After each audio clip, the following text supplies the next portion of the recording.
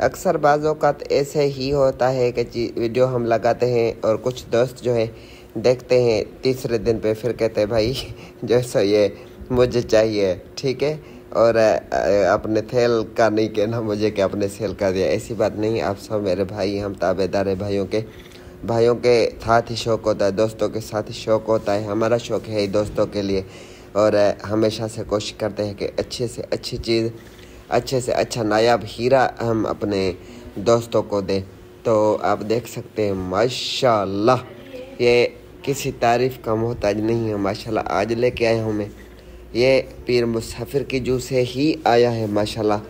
अच्छे कदकाठ में, पेवर लक्के में, खूबसूरत कलरों में फैंसी परिंदा है माशाल्लाह। आप देख सकते हैं, चेक कर सकते हैं। और जिस भी दोस्त को समझ आए वो तो नसीब की बात होती है, जिसके समझ में आया, जिसके पास गया वो एक अलग बात है। बहरहाल चीज़ आपको अच्छी दिखाते हैं, नहीं तो अपना शौक़ अच्छा कर लेते हैं।